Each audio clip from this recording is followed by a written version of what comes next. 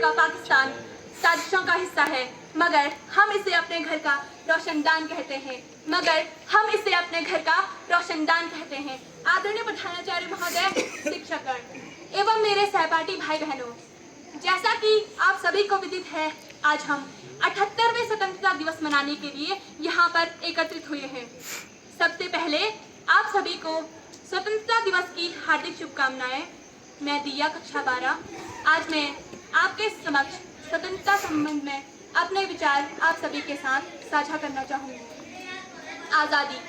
आज़ादी का असली मतलब वही समझ सकता है जिसने कभी गुलामी की हो। हम सभी सौभाग्यशाली हैं जिसने स्वतंत्र भारत में जन्म लिया है।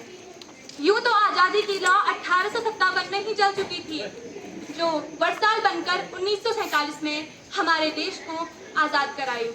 प्राचीन, मध्यकालीन और वर्तमान भारत के उदाहरणों से मैं स्पष्ट कराना चाहूंगी कि जब हम फिरंगी के फेरे में फंस रहे थे तो रंग दे बसंती चोला की एक आवाज पर टोलों के टोले उमड़ आए थे और वंदे मातरम के नारों से खून में आने वाला 5-5 डिग्री का तूफान अंग्रेजी शासकों की जड़ों में तूफान लाया था। तब लोग मर जाते थे, मिट जाते थे, फांसी चढ़ जाते थे।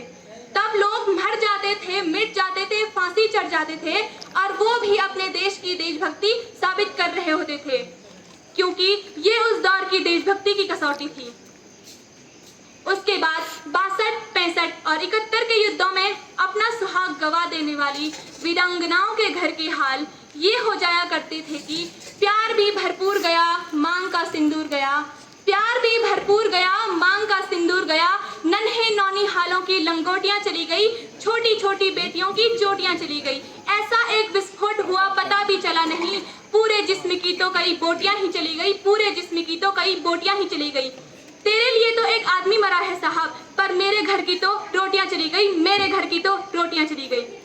वाले हालात पैदा हो जाने के बावजूद भी एक माँ अपने बेटे को सरहद पर दुश्मनों की धज्जियां उड़ाने के लिए भेज देती है और उसे पत्र लिखकर कहती है कि अम्मा ने खत लिखा है बड़े ही चाव से, पुत्र मेरे घबरा न जाना, 1 इंच भी पीछे मत हटना, चाहे इंच इंच कट जाना, चाहे इंच इंच कट जाना।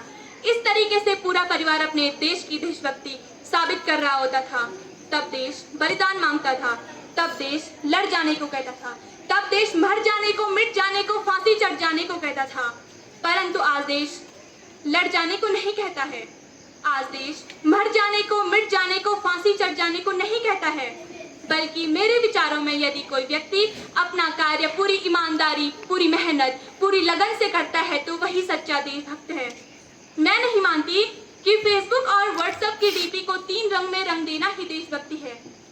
आप कहेंगे कि साल भर में 2 बार तिरंगा हाथ में ले लेना देशभक्ति है, तो मैं पूछना चाहूंगी कि फुटपाथ में रहने वाला वो बच्चा जो ट्रैफिक की छाव में नंगे पांव में जब तिरंगा बेच रहा होता है, तो क्या वो उसकी देशभक्ति है? वो उसकी देशभक्ति नहीं, वो उसकी पेट के भूख की शक्ति है जो उसको ऐसा करने पर मजबूर करती है। क्योंकि न मस्जिदों को जानते हैं, न शिवालयों को जानते हैं। जो पेट के भूखे होते हैं ना, वो केवल भोजन के निवालों को जानते हैं, वो केवल भोजन के निवालों को जानते हैं। अपने देश, अपने राष्ट्र और अपने समाज के प्रति पूर्ण समर्पण का भाव है देशभक्ति, और हर देशद्रोही के जीवन में आने वाला तूफान है देशभक्ति। मैं हर देशद्रोही के लिए कहना चाहूंगी कि अगर तू परिंदा है तो ये आसमान तेरा है, अगर तू परिंदा है तो ये आसमान तेरा है, अगर तू दरिंदा है तो ये शमशान तेरा है। भाईचारे से रहना है तो रह इस जमीन पर, वरना ये कब्र तेरी है और यही कब्रिस्तान तेरी है, वरना ये कब्र तेरी है और यही कब्रिस्तान तेरी है। एक देशद्रोही से ज्यादा देशभक्ति तब आहत होती है जब एक बेटा अपने बूढ़े माँ बाप को वृद्धाश्रम की चौखट पर छोड़ देता है। करा उठती है वो देशभक्ति जब मुसीबत में फंसे लोगों की जान बचाने से ज्यादा हम सेल्फी लेकर अपने लाइक बढ़ाने में लग जाते हैं। आज का वो युवा जो देश का भविष्य है, आज का वो युवा जिनके ऊपर जिम्मेदारी है अपने राष्ट्र, अपने समाज, अपने वतन को आगे ले जाने की, अपने राष्ट्र, अपने समाज, अपने देश की आशाओं को बांधे रखने की, वही युवा आज 4x4 इंच की छोटी सी स्क्रीन पर अपनी उंगलियों के घर्षण मात्र से अपनी भावनाओं की इमोजी बेच रहा है। हम एक ऐसे समाज में रहते हैं जहां पत्थर की मूरत को लगते हैं 56 भोग और भूखे नंगे तड़पते सो जाते हैं लोग। मजदूर को मजदूर समझिए, मजबूर नहीं। गरीब को काम दीजिए, दान नहीं। अगर दान देने के इच्छुक हैं तो जीते जी रक्त दान दीजिए और मरने के बाद अंग दान देकर किसी मरते हुए को जीवन दान दीजिए। यही सच्ची देशभक्ति है और यही सच्चा देश प्रेम है। न सरकार मेरी है न रब मेरा है, न सरकार मेरी है न रब मेरा है, और न ये बड़ा सा नाम मेरा है। बस इतनी सी बात का गुरूर है मुझे, मैं हिंदुस्तान की हूँ और ये हिंदुस्तान मेरा है। मैं हिंदुस्तान की हूँ और ये हिंदुस्तान मेरा है। इस तरीके से पूरा समाज अपने देश की देशभक्ति साबित करता है। एक वैचारिक बीमारी मुझे हमारे समाज में नजर आती है। हमारे समाज में हिंदू, मुस्लिम, सिख, ईसाई जैसे अनेक धर्मों के लोग पैदा होते हैं, परंतु अफसोस, बदकिस्मती है कि अब इंसान पैदा नहीं होते हैं। एक हिंदू की जरूरत है, न मुसलमान की जरूरत है। एक राष्ट्र निर्माण के लिए केवल एक अच्छे इंसान की जरूरत है। एक शैक्षिक बीमारी भी हमारे समाज में नजर आती है। जिस देश ने, बड़े ही आश्चर्य की बात है, जिस देश ने पूरी दुनिया भर में तक्षशिला और नालंदा जैसे विश्वविद्यालय शिक्षा की बुनियाद रखी, आज वहीं 100 सर्वश्रेष्ठ विश्वविद्यालयों में हमारा एक भी विश्वविद्यालय खड़ा नहीं हो पाता है। जहां एक और हमारे पास IIT, IIM और NIT जैसे शिक्षण संस्थान हैं, तो वहीं दूसरी ओर इस देश के